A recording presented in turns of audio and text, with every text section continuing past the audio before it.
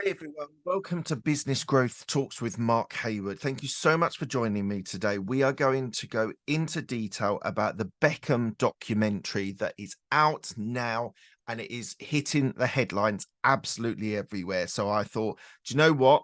I need to be able to talk about this. So I'm going to share some of my thoughts about the documentary. I've seen all of it.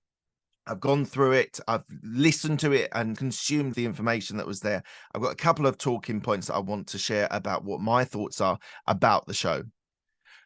Also, if you are enjoying this content on YouTube, please do give it a thumbs up. Please do hit the subscribe button. It really does help with the algorithm. And also hit me up with any comments that you've got about this, about my thoughts on the Beckham show.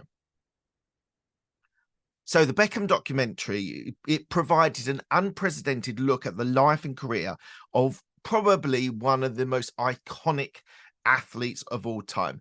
Yes, we saw the documentary with Michael Jordan, which was fantastic. The detail they went into was amazing. This is slightly differently done, but it is very interesting as well. He has been in the public eye for nearly 30 years, and the documentary does reveal things that we didn't really know, and we heard from different levels, and I'm going to explore that now. One of the biggest points that came up in the story for me was how big an impact David Beckham's father, Ted, played in the role of his success. Ted was a real strict disciplinarian. He used to ask David to practice goal free kicks practice, and that was the one of the driving forces that meant that David Beckham trained at such a young age so well. He also gives his father a lot of credit for giving him the confidence and belief in himself. But there was another father figure, Sir Alex Ferguson, and he was so pivotal to David Beckham to be able to be successful that he blooded him into the team. I think it was like a 14 years old. He was brought into the team changing room to be able just to gauge what was going on. And they definitely saw at a young age that David Beckham was going to be an amazing athlete, an amazing footballer. There was a story also when he signed. So Ted was a Manchester United fan, and David Beckham was playing in London at that time. And they got the call from Manchester, and he was then going to move to Manchester away from his family. And he did that.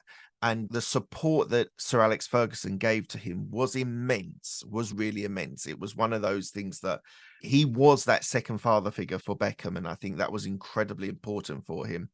Equally, when when Ferguson just decided to get rid of him, literally overnight, I think there was a huge betrayal for David Beckham there, and that was massively impactful on his life. But for the early years, Ferguson was an amazing father figure that made Beckham into what he was. But lots of things like the branding and the photo shoots really upset Sir Alex Ferguson, and they decided that his performances were tailing off. So literally, it sounded like, according to the documentary, overnight he was gone. Anyway, back to him as a young child. He would often practice for hours and hours after school and at weekends. His dedication paid off when he was signed for Manchester. It was 17 years old that he was signed up. But that obsession that he had actually infiltrates lots of his other life now. So he is incredibly clean. His clothes are immaculate when they're hanging up. He does lots of cooking, which was interesting. And he was just obsessed with having it completely clean afterwards. I think that obsessive behavior meant that he would practice over and above what the normal footballer might do. The other interesting thing was his relationship with Victoria Beckham, Posh Spice. It was a major turning point in his life. I love the thing he's heard that I think it was Sporty Spice and Posh Spice were there, and he was like, I'm going to marry that woman. It's so cliched. It's so cliched. But they met in 1997 and they were married quite quickly after that and had their first child very quickly. It was massive for him, that turning point. She was an extra level of support which he didn't have, to give him a different viewpoint. Now, lots of football fans might say that she impacted his life too much, and there was this obsessive behavior that he would go and visit her, for drive like 5 hours or 4 hours from London to Manchester to London, see her for 3 or 4 hours and then drive back. They definitely were a solid couple, which was really interesting.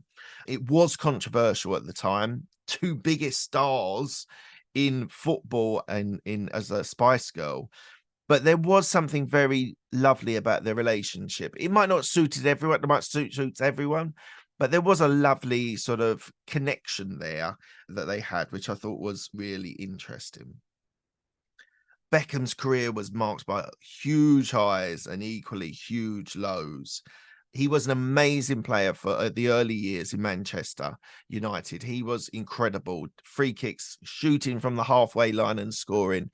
He would do things that a lot of normal people could only imagine doing. He was an incredible footballer. I think that's sometimes forgotten because he is this brand, because he is this personality. They actually forget that he was really exceptional. And they did talk about when he kicked out at Simone, when he flicked his leg a little petulantly and got sent off. The British public should be disgusted with themselves. There was pictures of him, there was things of him being burned and hung, and every match he went to for a long time, he was absolutely booed all the time.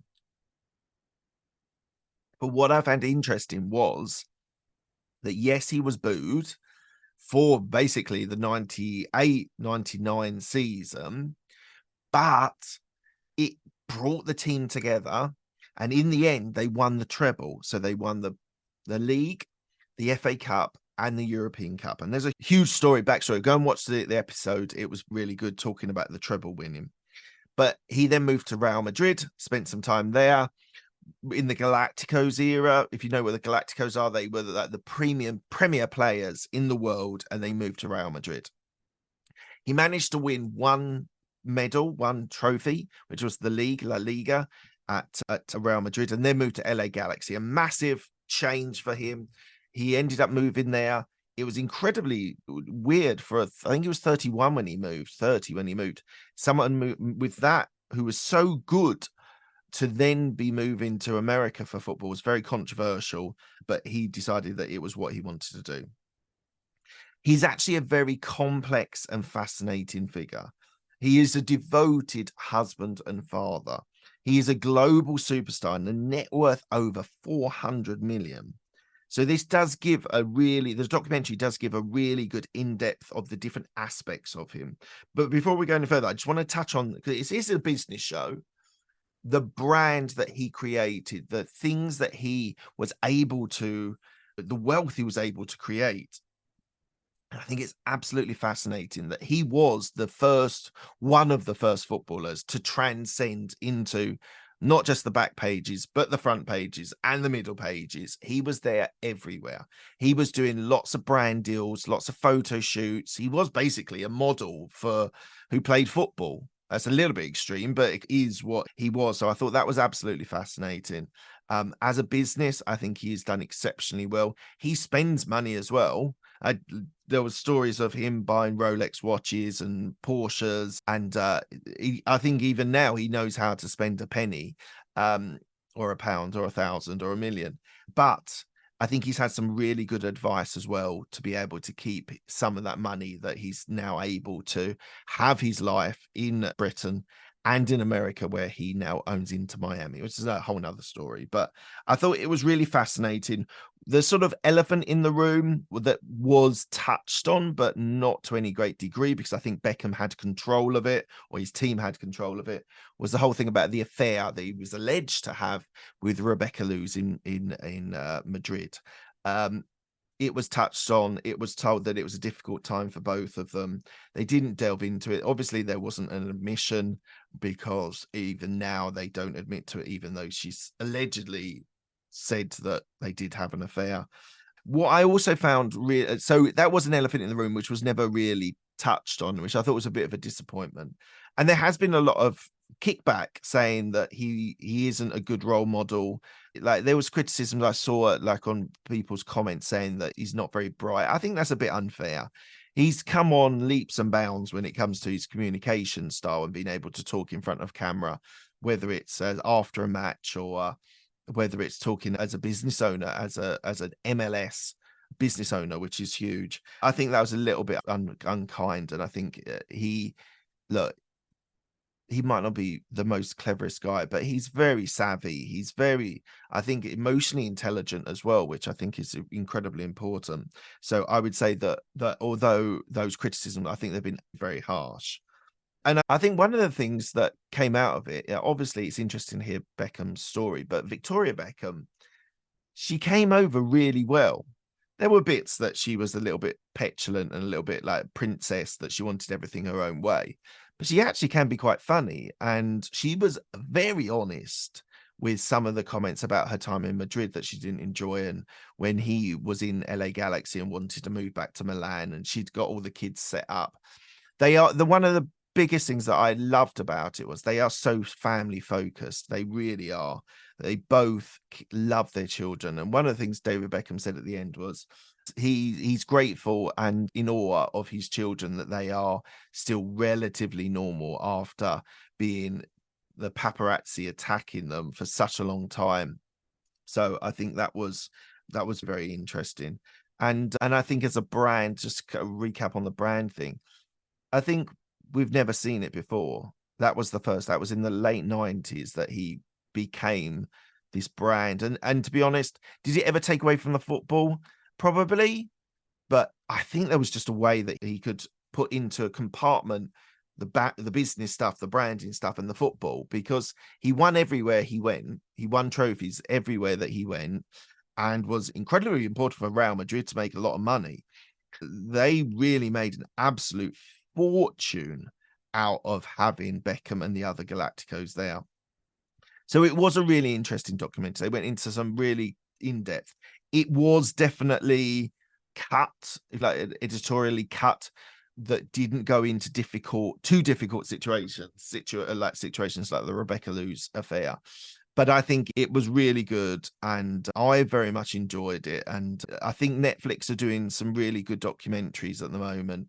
As I said, the Michael Jordan Last Dance was exceptional as well, just to get an insight into that person. And I think this is another one which has been really well done. And I expect there to be future ones, hopefully just as interesting and just as exciting as that one. So that's my view on the David Beckham show, on the documentary. And lastly, if you're on YouTube, thank you very much for joining me right to the end. Please do give it a thumbs up. It really does help my show. If you are enjoying it, please do add any comments if you've got any thoughts there. And equally, please do also think about subscribing. It really makes a huge difference to the algorithm, really trying to boost the numbers to be able to get this to the widest audience there is. So thank you very much for joining me today. I really do appreciate you, and on to the next one.